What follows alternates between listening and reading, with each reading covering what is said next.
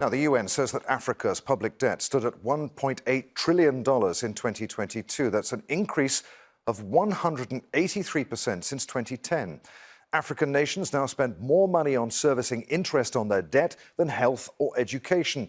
And many of them are unable to invest in sustainable development. Yet the share of official development assistance going to Africa is at its lowest level in more than 2 decades. To address the needs of the developing world, the UN and African leaders demanded reform of the global financial system at the G77 summit. Kulsum Sharif reports. Africa's Debt Summit cast a shadow over the third South Summit in Uganda's capital, Kampala. The Group of 77, or G77, represents the world's largest intercontinental organization of developing countries in the UN. The bloc, representing 80% of world population, is burdened by growing financial liabilities. Several economies are considered at risk of debt distress by international institutions.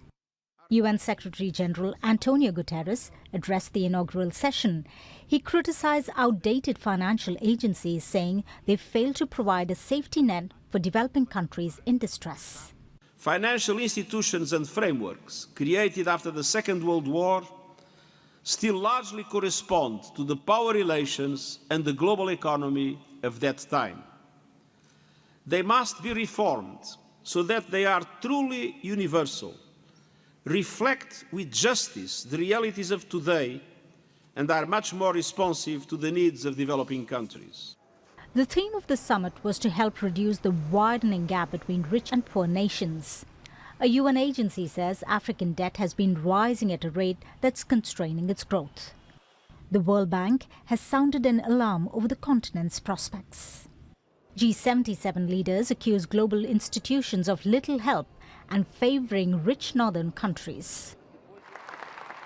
Ugandan President Yoweri Museveni, the current chair, rallied member states for unity to increase economic cooperation. I will push those 3 points: production of goods and services, how to encourage that interlinkage, dealing with the issue of markets, and then the issue of the infrastructure. But this assumes that we have peace among ourselves, which is another issue. Because if we don't have peace, then we shall not achieve this. But analysts say despite the challenges developing countries face, the global south, that includes some 130 countries, are on the rise. 77 developing countries formed the bloc in 1964 to promote economic interests. It now includes 130 nations with backing from China. This year, the bloc is demanding a fair treatment in the global financial system. Kulsum Sharif, Aljazeera, for Counting the Cost. Well, to unpack all of that, we're joined from Dakar, Senegal, by Daouda Sembena, who is the CEO of the Global Development Advisory Africatalyst. Good to have you with us, Daouda. What do you make then of the G77 summit? Did it really address the concerns of the developing world, particularly your part of the world? Well, thank you very much for having me. I think the G77 summit was certainly very much welcome in Africa in many ways, because as you know, that's an intergovernmental organization that aims to promote collective economic interests of its members. It also aims to sort of strengthen cooperation between the global South countries, and at the same time also help strengthen their negotiating capacity. So, of course, when they talk about these issues like the reform of the global financial architecture, debt, or climate finance, those are issues that are at the heart of the African agenda. So, yes, I think this summit was very much welcome, and the fact that now an African country, Uganda, is now chairing the G77 is certainly going to be very much helping the group in better targeting its support for Africa, for its African members and other developing countries that are members of the group. We heard a little bit about it in the report, but how did African nations find themselves trapped in this vicious cycle of debt? Yes, so I think maybe before responding, just qualifying here, because I think it's not African countries that are in debt, but many African countries, of course, are currently facing increasing sort of debt burden. And the reason is actually quite multifold. First of all, this started before the pandemic. So I think many African countries felt legitimately the needs to respond to development demands and the needs for infrastructure, the needs to respond also to climate shocks. As you know, Africa is also very prone to having natural disasters. So all of those needs actually led the governments to borrow more to respond to those needs, particularly with regard to infrastructure. And that was before the pandemic. And when the pandemic arrived, what happened, of course, was there was a legitimate need to respond to the pandemic.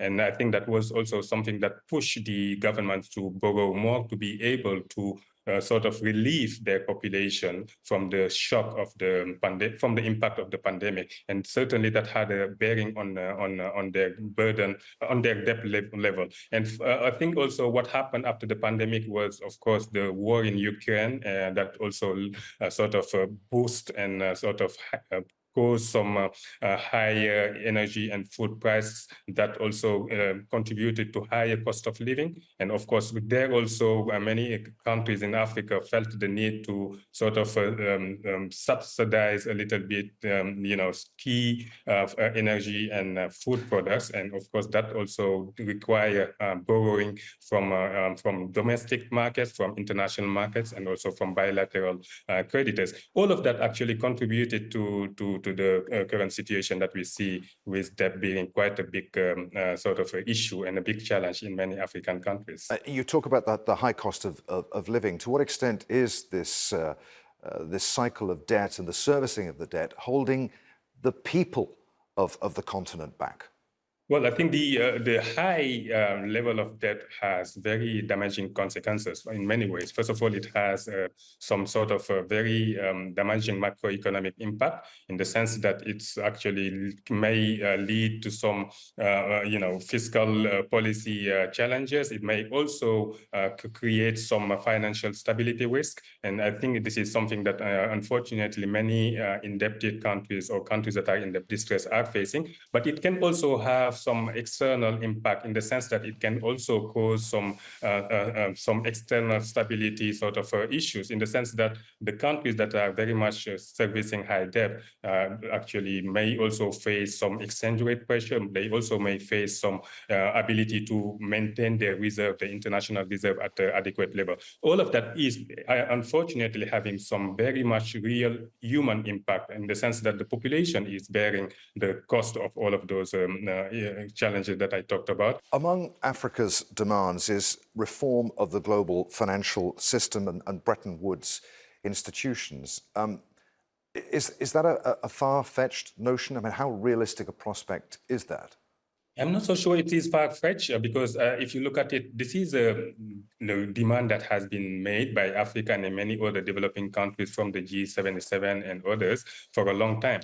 And the good thing is that reform is already underway. The problem is, unfortunately, the speed and the ambition is not really there. And I think that's where many African countries are very much disappointed with what is going on.